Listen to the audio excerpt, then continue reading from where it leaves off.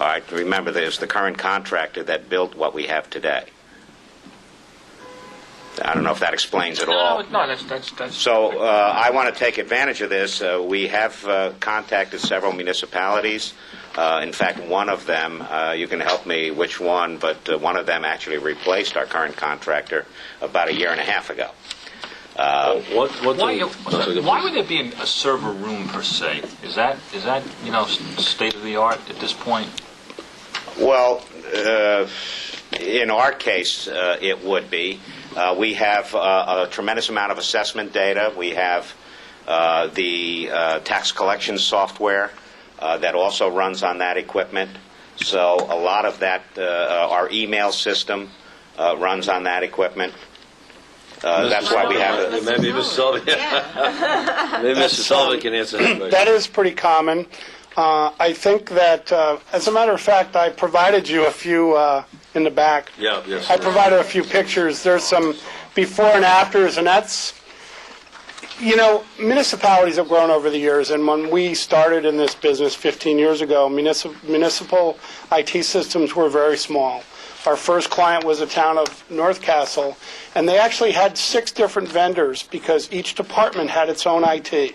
There was nothing tied together, and so there was a server literally off in the corner, sitting on top of a file cabinet.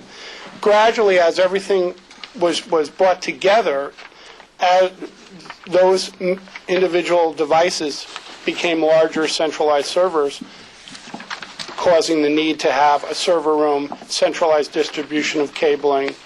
And believe it or not, what you have here is not unusual for how municipalities grow. They grew in a very non-professional, non-planned way, and now those days are somewhat over. So if your company came in and revamped our system, would we still have the need for this room that holds all of our system? You certainly would. You need one centralized point. That's very important. It's very important from a troubleshooting standpoint. It's very important from a security standpoint. If you've not seen your server room, you should go take a look at it. It looks like some of the ones in here. It's in need of some help. Can you have a general price range for your services? That's why we offer we'd offer an evaluation, because it really does take myself and several engineers probably a full day to look through, and at that point we can come back and say to you, there's 2 numbers on the table. One number is to bring you up to where we think you need to be, and the second number is what it's going to cost you per year to operate your IT. Now, so when we're talking about IT technology, what I'm thinking is this is a perfect example of how we could do shared services. And I'm wondering if, it certainly makes sense to me, it seems to me at least. I know the Village of Portchester was talking about sharing out IT services at some point in time. But do other municipalities share out IT services? Well, our company essentially creates shared services. What you're doing when you join our team is you're paying into the salaries that pay for our help desk. You're only paying a fraction of what it costs. Our weekly payroll is something on the order of $15,000, and you're paying a tiny fraction of that because essentially you're sharing those services. Right. We have experts in firewall technology, we have experts in server technology. When you look at trying to do that on your own, you can't really hire one person. We have 2 clients that have their own full-time in-house IT person, and they still pay us they pay us a lot of money to do the infrastructure and to back up that person. I think what Supervisor Carver may have been referring to is a slightly different concept, if I may speak from. We're sort of looking at the possibility of sharing services among other governmental entities.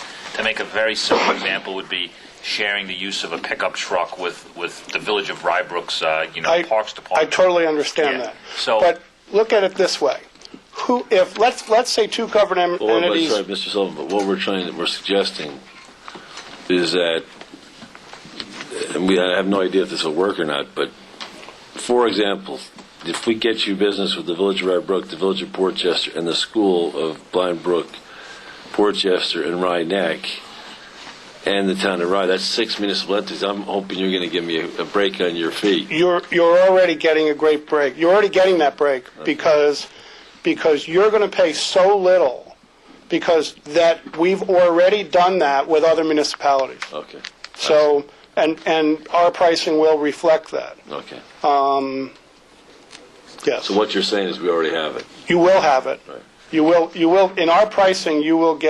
You're saying we're outsourcing, in effect, a big chunk of the work, but it's not to say that we'd be on the same network as the Blind Brook schools. Right. Maybe you were thinking of like being on the same. No, I wasn't thinking the same network. I've just. That's really sharing. I was really more thinking of the cost savings if you spread it across, 6 municipalities. And again, I don't know what benefits would accrue if everybody were on the same network. In other words, or not on the same network, but using the same kind of data system and that. Yeah, I mean, it's a difference between a volume discount and shared services. Right. You're sort of proposing a volume discount, Right. but not really sharing anything. Right. Okay. I think we used to share before, correct? And I don't know how that worked out. I'm not aware that there's ever been any shared services. When Portchester was in this building on the second floor, we used to share equipment and services. Yeah, please. Ms. Sullivan, can you please enumerate for us the services that you will be proposed to provide as part of this total care? I did in my remarks. If you look at page 3, about halfway down, the total care package includes planning, help desk, monitoring, maintenance, troubleshooting, repair services. Essentially, right now, you're paying on a time and material or a block time basis for all your IT services. So when you have a problem, somebody comes in and they go around the building and they try to figure out what's wrong with it, and they resolve the problem and they send you a bill for it. So when you say consulting and planning for what? IT is a moving target. It changes constantly. So on an annual basis, we review the system. We review with departments what their needs are for the coming year. We review what their current year has been, where there's problems, what software might have to change. What about, it says monitoring, maintenance, troubleshooting.